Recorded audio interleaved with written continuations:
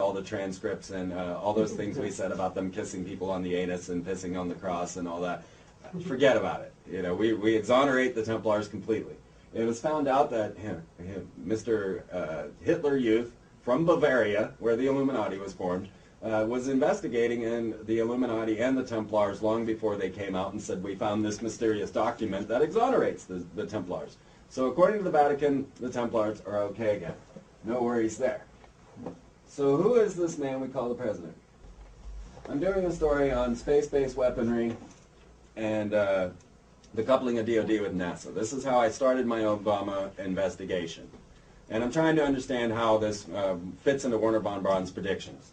And so what this is an X-band radar. This is a radar that was on an oil rig that was shipped out of Texas just a day before Katrina hit.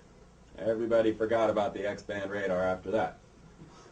What the X-band radar does is it scans the system for barium. It can detect barium in any system. It can track barium all over the planet. And then we have the HAARP facility over here. And the HAARP is an antenna array in Gacona, Alaska, which I have a film about. You can watch on my website. You can get it here at the bookstore.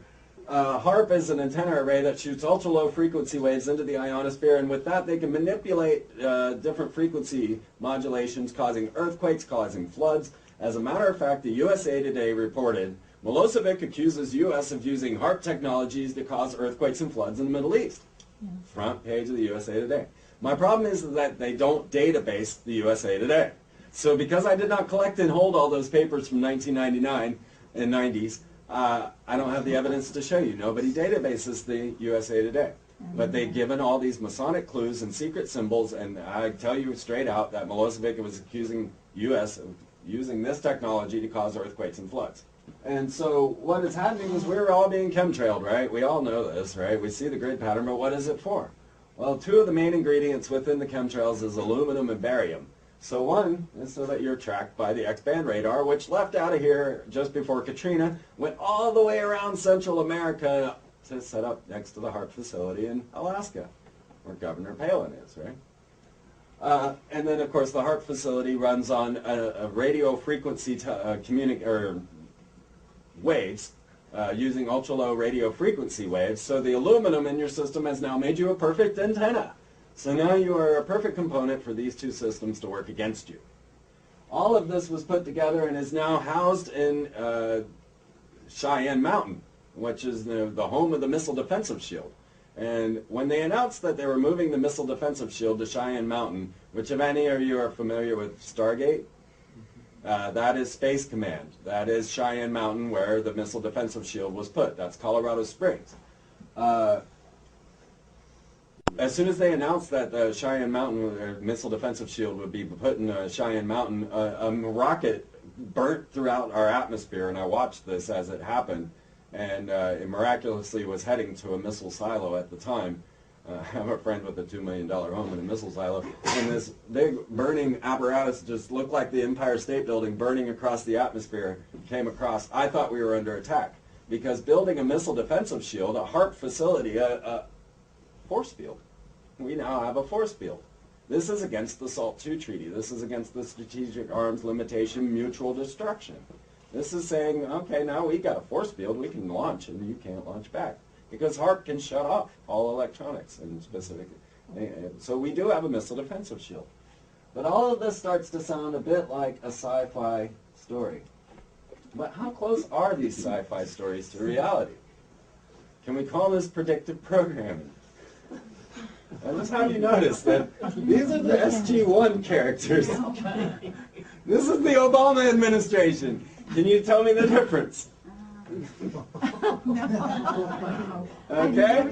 Yeah, we got Biden, who fits in the Obama bin Biden story there. And we've got Bernanke, the guy who forced them to sign the 1013 document. Right? We've got the governor of Alaska, who's in charge of the HAARP facility. And, of course, the Secretary of State, who's trying to push for UFO disclosure. And we've got our nemesis, who in the Stargate trilogy or Stargate story of Stargate Atlantis is known as Apophis. Okay? So how close is this to reality? Apophis is the ancient Egyptian Satan. He is the serpent dark lord that tries to eat raw every night. He is the great lord of evil. He is Satan. He is the original Satan because Akhenaten created the original monotheism. So you have the cult of Aten, which is the sun god, the one and true god. If you watch Battlestar Galactica, that's the Cylon's god. And then you've got the adversary, the satanic force, which he calls Apophis. Well, it was originally Apep in Egypt, but in Greek it's Apophis, which is the character on Stargate 1. This was all begun by Akhenaten. He began this first monotheistic religion. So now I've got Obama connected to Apophis, and I'm looking at a space war coming. I'm watching as I'm telling people they're going to use meteors. They're going to use meteors to bring about the weaponization of space. I was discussing this in January. In March, a meteor almost hit the planet. March 2nd. It was noticed 3 days prior to its possible impact. It did not impact the planet. But just as Werner von Braun had been saying, and just as I had been saying, all of a sudden it was big news. All of a sudden we needed to come up with an agenda, an idea of a way to combat the coming problem. So there is a Space Command, there is a United States Space Force. They have been in existence for a long, long time. You can find space battle labs and all of this as they're getting ready for the weaponization of space.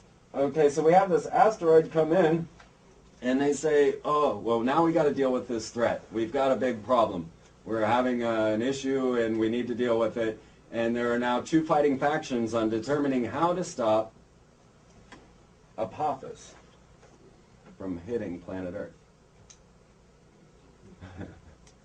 So as I'm tracking asteroids, and I'm tracking Obama and the coupling of the space-based weaponry and the use of asteroids to further the weaponization of space, and all of a sudden they announce, well, we have this big problem we're going to couple with the Russia-China Space Force to conquer Apophis.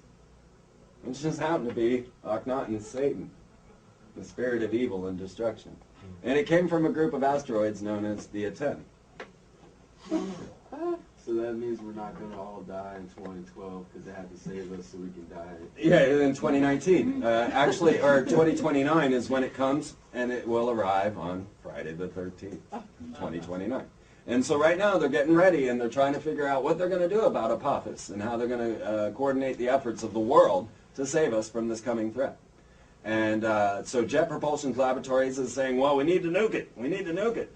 And the other astronauts in the ASC, this Astronomical Society, they're saying, no, no, no, we have technology that can nudge that thing out of the way. There's no need to nuke it. And they're all going, you're crazy. We need to nuke it. We need to get weapons in space.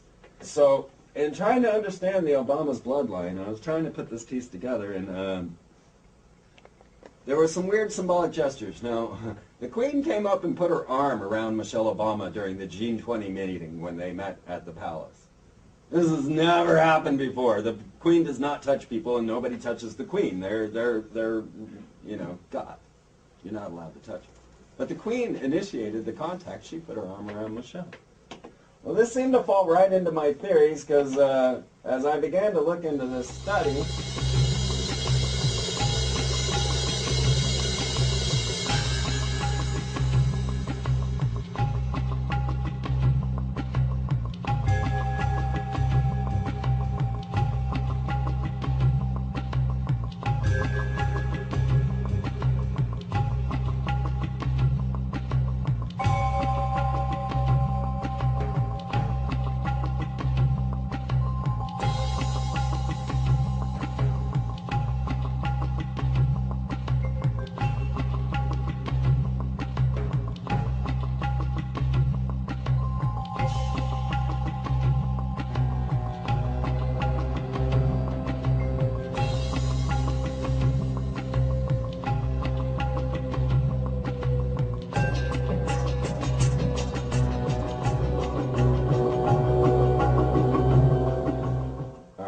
let's take this slow for a second. All right.